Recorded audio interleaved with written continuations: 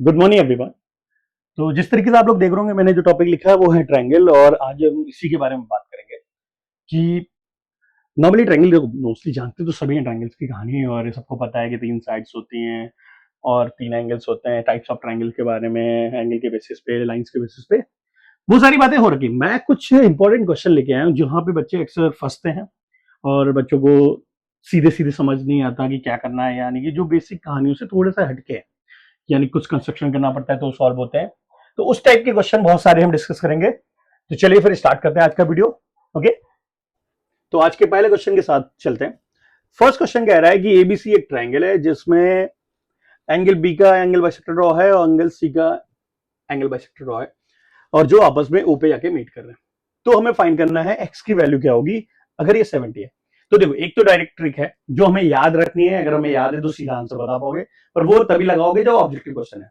तो हम दोनों तरीके से देखते हैं कि ऑब्जेक्टिव में क्या करेंगे, सब्जेक्टिव में क्या करेंगे। तो ऑब्जेक्टिव के हिसाब से इसका जो आंसर आएगा, सीधे याद रखो कि एक्स जो होगा वो 90 प्लस हाफ ऑफ एंगल ए हो जाता है, और यहाँ पे ए दिया हुआ है मुझे। तो इस तरीके से एक्स की वैल्यू आ जाएगी 90 प्लस हाफ ऑफ एंगल ए, मतलब 70 का आधा 35 हो जाएगा। तो इस तरीके से एक्स की वैल्यू आ जाएगी अपने पास 125। ये आपका आंसर कंप्लीट हो जाता है। ये तो हो गया ऑब्जेक्टिव। क्या है, अगर तुम्हें ये रिलेशन याद है कि अगर ये दोनों एंगल बाइसेक्टर हैं, ऊपर इंटरसेक्ट कर रहे हैं, तो ए और एक्स के बीच में क्या रिलेशन होगा। क्लियर। अब बात आती है क्यों। तो चलिए प्रूव करते हैं कि to prove that angle BOC equal 90 plus half of angle A, ये हमें प्रूव करना है। गिवन क्या है कि जो ओबी है वो एंगल बाइसेक्टर है बी का, और जो ओसी है वो एंगल बाइसेक्टर है सी का। तो इन दोनों के बीच का रिलेशन चाहिए। क्लियर। तो चलो देखते हैं। तो हमें करना क्या है, सबसे पहले हम बड़े वाले ट्रायंगल को देखते हैं। तो इन ट्रायंगल एबीसी, और यहां पे अगर मैं एंगल सम प्रॉपर्टी यूज करता हूं तो मैं लिख सकता था 2b plus 2c plus angle A equal to 180। 2b क्यों, क्योंकि मैंने इनको b और b ऑलरेडी मान रखा था, और वो एंगल बाइसेक्टर थे, इसलिए वो दो बार 2b हो जाएगा, ये 2c हो जाएगा। यहां से अगर b और c की वैल्यू निकाली जाए तो यहां से आएगा 2b plus 2c equal to 180 minus angle A. तो b प्लस c आ जाएगा, ये 2 उधर जाके डिवाइड करा दो, 90 minus half of angle A, equation 1। Clear हुआ। अब बात करते हैं दूसरे के को। देखो, बीओसी चाहिए ना, तो यानी कि इन ट्रायंगल बीओसी में अगर हम बात करें तो मैं लिख सकता था एंगल बीओसी प्लस सिर्फ ये वाला बी प्लस ये सी इक्वल टू 180। तो इस तरीके से देखें तो b प्लस सी की वैल्यू यहां से आ जाएगी 180 माइनस एंगल बीओसी, और ये हो जाएगा इक्वेशन 2। अब इक्वेशन 1 और इक्वेशन 2 को, दोनों को अगर आपस में कंपेयर करो तो इक्वेशन 1 को देखें तो यहाँ b plus C equal to 90 minus half of A आया है, और इक्वेशन 2 को देखें तो b plus C equal to 180 minus BOC, यानी कि लेफ्ट साइड बराबर है।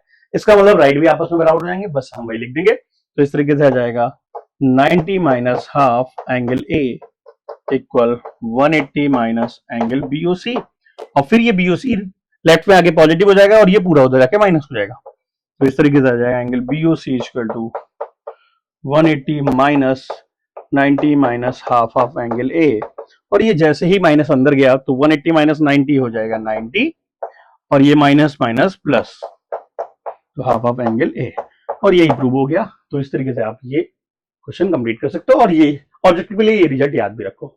ओके, क्लियर हुआ। चलिए फिर आगे बढ़ते हैं।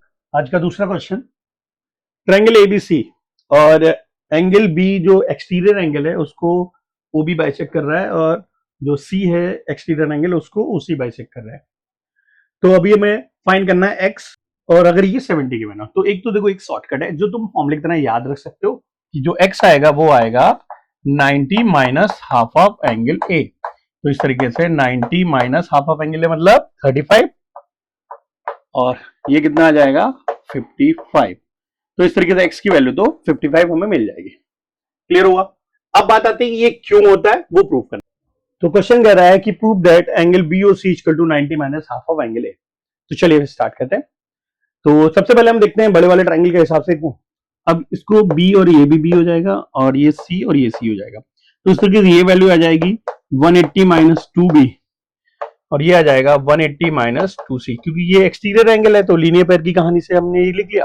अब अगर हम बात करें in triangle A B C में, तो यहां से मिलेगा 180 minus 2b plus 180 minus 2c plus angle A equal to 180 angle sum property. अब क्या होने वाला है यहां पे, 180 से एक 180 तो कैंसिल हो गया और ये जो 2b और 2c से उधर भेज दिया, तो इसका मतलब 180 प्लस एंगल ए जो आएगा वो आएगा 2b प्लस 2c और ये 2 इधर आके डिवाइड करा दिया, तो इससे मुझे मिलेगा b plus C equal to 90 plus half of angle A. ये हो गई इक्वेशन 1। क्लियर। अब ऐसे ही हम बात करें इक्वेशन 2 की, यानी कि ये वाले ट्रायंगल में देखें तो इन ट्रायंगल बीओसी में तो मुझे फिर से दिख रहा है b plus C plus angle BOC equal to 180, यानी कि हम लिख सकते थे angle BOC equal to 180 minus B plus C और ये हो गया इक्वेशन 2। तो इस तरीके से इक्वेशन 1 और इक्वेशन 2 को अगर ध्यान से देखो तो हम यहाँ पे इक्वेशन 2 में इक्वेशन 1 से वैल्यू सब्स्टिट्यूट कर सकते हैं, तो फ्रॉम इक्वेशन 1 एंड 2 लिखा जाए तो हमें मिल जाएगा angle BOC equal to 180 minus 90 plus half of angle A और ये माइनस अंदर जाएगा तो आंसर आ जाएगा 180 माइनस 90 90 और माइनस अंदर गया तो ये नेगेटिव हो गया तो माइनस हाफ एंगल ए और इस तरीके से हमने ये प्रूफ कर लिया। क्लियर हुआ।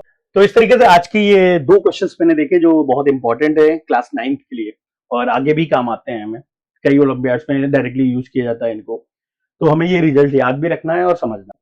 तो ज्योमेट्री की कोई भी क्वेश्चन आप कर रहे हो तो सबसे पहली बात तो जो उसके बेसिक थ्योरम है, बेसिक कॉन्सेप्ट है, बेसिक जो इन्फॉर्मेशन है वो बहुत अच्छे से हमें क्लियर होनी चाहिए और वो सारी चीजें अच्छे से डिटेल्ड पढ़ने के बाद ही आप क्वेश्चन करेंगे। क्लियर। तो और देखो क्वेश्चन देख के समझ आ जाएगा कि वहां पे कंस्ट्रक्शन हो रहा है या नहीं हो रहा है, और कंस्ट्रक्शन होगा तो क्वेश्चन दिख रहा होगा कुछ अधूरा सा है, अगर कुछ अधूरा सा है इसका मतलब कंस्ट्रक्शन होगा और आपकी बात तभी कंप्लीट हो पाएगी जब आप कंस्ट्रक्ट कर पाओगे सही तरीके से, और वो थोड़ा सा प्रैक्टिस करके ही आएगा, ऐसे डायरेक्टली ऐसे कुछ जादू नहीं होने वाला कि आपको देख के समझ आएगा ये कंस्ट्रक्ट करना है। तो एक बार अच्छे से डिटेल्ड में पढ़ना ही पड़ता है, टाइम देना ही पड़ता है ज्योमेट्री के टॉपिक में, और बच्चे अक्सर डरते हैं इस चीज को लेकर, तो वो डर खत्म करने के लिए मैं कहूंगा कि जितने ज्यादा क्वेश्चन हो सके उतने आप करो। ठीक है भाई, आज की वीडियो को मैं वहीं स्टॉप करता हूँ, मिलते हैं नेक्स्ट वीडियो में। Okay bye, take care.